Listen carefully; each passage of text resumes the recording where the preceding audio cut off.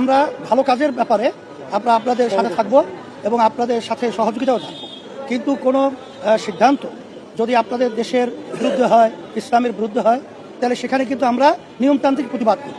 তখন তারেক রহমান সাহেব বলেছেন যে আপনারা প্রতিবাদ করবেন, কথা ঠিক আছে, কিন্তু একটু আলোচনা করে যদি সেটা আমরা ওখানে সমাধান করতে না পারি তখন তো আপনারা করবেন। যে প্রধানমন্ত্রী জাতীয়তাবাদী দলের সম্মানিত তারেক রহমান সাহেব, চেয়ারম্যান সাহেব, সে আসছিল, আমাদের সাথে দেখা হলো, আমরা কথা বলেছি। আমরা তাদেরকে মৌলিক কথাগুলো বলেছি যে আমরা যেন সবাই একাকার হয়ে, আমরা সবাই একত্রিত হয়ে দেশটাকে যেন আমরা সুন্দর করতে পারি, এই কথাটাই আমরা বিশেষ করে তার সঙ্গে গুরুত্ব সহকারে আলোচনা করেছি।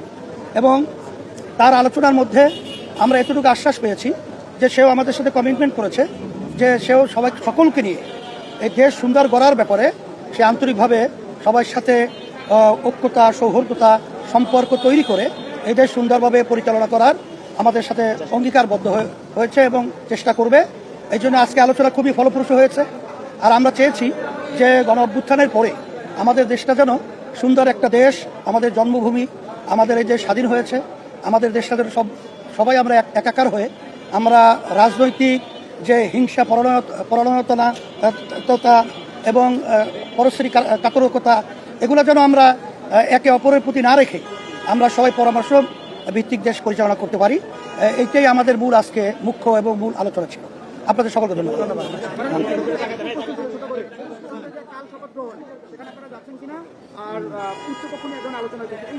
হ্যাঁ, উচ্চ কক্ষ নিয়ে আমরা বলেছি জুলাই সনদের মধ্যে যে উচ্চ কক্ষের ব্যাপারে যে আলোচনা হয়েছে, আপনারা সেটা গুরুত্ব সহকারে সেটা আপনারা দেখবেন এবং এটা যেন ব্যাহত না হয়, কারণ এটা হলে তাহলে জনগণের মধ্যে আস্থার দিকটা কমে আসবে। আর জুলাই সনদের ব্যাপারে আমরা বলেছি এইটা আমাদের দেশের কল্যাণের জন্যই করা হয়েছে, এইটা বিশেষ করে আপনারা এটা গুরুত্ব সহকারে দেখবেন। তখন তারা বলেছে, মহাসচিব বিশেষ করে বলেছে যে অনেক জায়গায় আমাদের নোট অফ ডিসেন্ট রয়েছে, এটা আমরা পার্লামেন্টে দেব, সেখানে পার্লামেন্টে যদি পাস হয় তাহলে সেটা আমরা বাস্তবায়ন করব।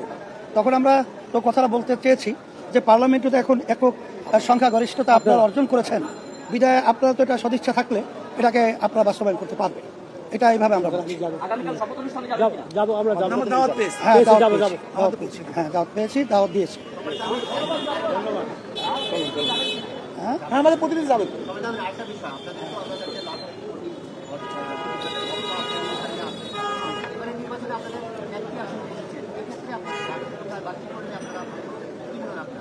এই মুহূর্তে এই কথাগুলো বলা এখন একটু ঝামেলাই, কারণ আমরা পর্যবেক্ষণের মধ্যে আছি।